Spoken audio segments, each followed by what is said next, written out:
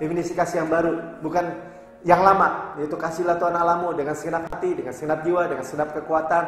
Dan hukum yang kedua dengan sama dengan itu, kasihlah sama manusia seperti dirimu sendiri. Di dalam kedua hukum inilah tergantung seluruh hukum Taurat dan kitab para nabi. Saudara, itu dua hukum kasih itu adalah perasaan atau esensi daripada hukum Taurat dan kitab para nabi. Disimpulkan dalam dua hukum itu. Apakah manusia bisa melakukannya? Tidak ada yang bisa. Tidak ada yang dapat mengasihi Tuhan Allah kita dengan segenap hati, dengan segenap jiwa, dengan segenap kekuatan. Atau yang lebih mudah lagi, kasihlah sama manusia, sesamamu manusia seperti dirimu sendiri. Kecuali Yesus yang mengasihi Bapaknya dengan segenap hati, dengan segenap jiwa, dengan segenap kekuatan. Dia buktikan dengan melakukan karya penebusan di kayu salib. Itu juga membuktikan bahwa dia mengasihi sesamanya manusia, karena dia Allah menjadi manusia buat saudara dan saya, seperti dirinya sendiri, memberikan nyawanya. Hanya Yesus yang menggenapi seluruh hukum Taurat dan kitab-kitab para nabi. Dan kita menerima suplai kasih itu. Sehingga dalam 1 Yohanes 4 ayat 10, inilah kasih itu, bukan kamu yang mengasihi aku, kata Tuhan, tapi akulah yang mengasihi kamu. Dan di dalam kitab Yesus dikatakan, kita mengasihi karena Allah lebih dahulu mengasihi kita. Nah, itulah supply dari Tuhan. Itulah supply yang continue yang dari Tuhan, karena kita menerima sekali lagi air terjun pengampunan yang continue dalam kehidupan kita. Sehingga kita menerima Tuhan sudah melupakan semua dosa dan kesalahan-kesalahan kita. Nggak ada kabar yang lebih baik dari kabar ini. Bahwa Tuhan mengampuni segala dosa kita dan kita dibenarkan sepenuhnya. Nggak ada kabar yang lebih baik daripada ini. Kenapa? Karena ini juga rahasia. Ini adalah kunci kita memperoleh semua berkat-berkat Tuhan. Akses Tuhan yang tidak terbatas, yang 24 jam per hari, terus menerus.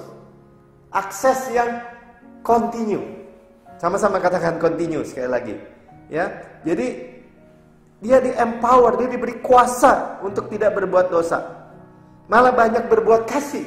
Bukan hanya tidak berbuat dosa lagi ini perempuan. Ya, coba kita lihat ya, dalam Yohanes 8 ayat 10. Lalu Yesus bangkit berdiri karena perempuan ini dibawa oleh imam-imam, kepala dan orang Farisi. Ya, lakinya nggak dibawa. Ya, mungkin salah satu dari mereka.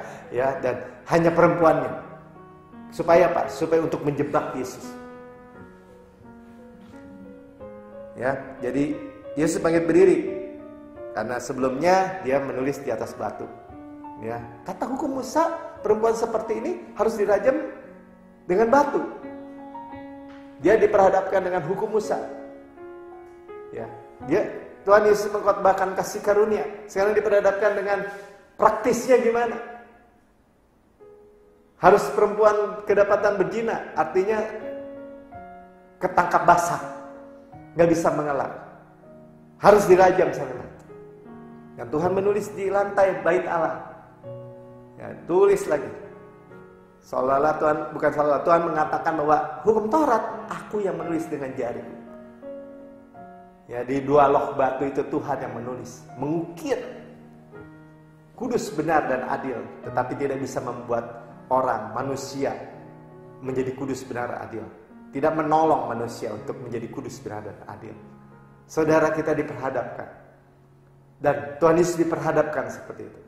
Dan Tuhan berkata gini, yang tidak mempunyai dosa, lebih dahulu ambil batu dan lempar perempuan ini. Dan mereka dari yang paling tua, yang paling senior, itu satu persatu pergi. Satu persatu pergi. Saudara lihat, orang semakin tua, atau tepatnya gini, hukum Taurat tidak menyelamatkan, ya. Hukum Taurat menghukum orang yang terbaik daripada di antara kita, yaitu manusia. Ya, orang Farisi yang paling senior pun harus pergi. Satu persatu. Mereka mau merajam perempuan ini, bahkan suruh Yesus untuk merajam.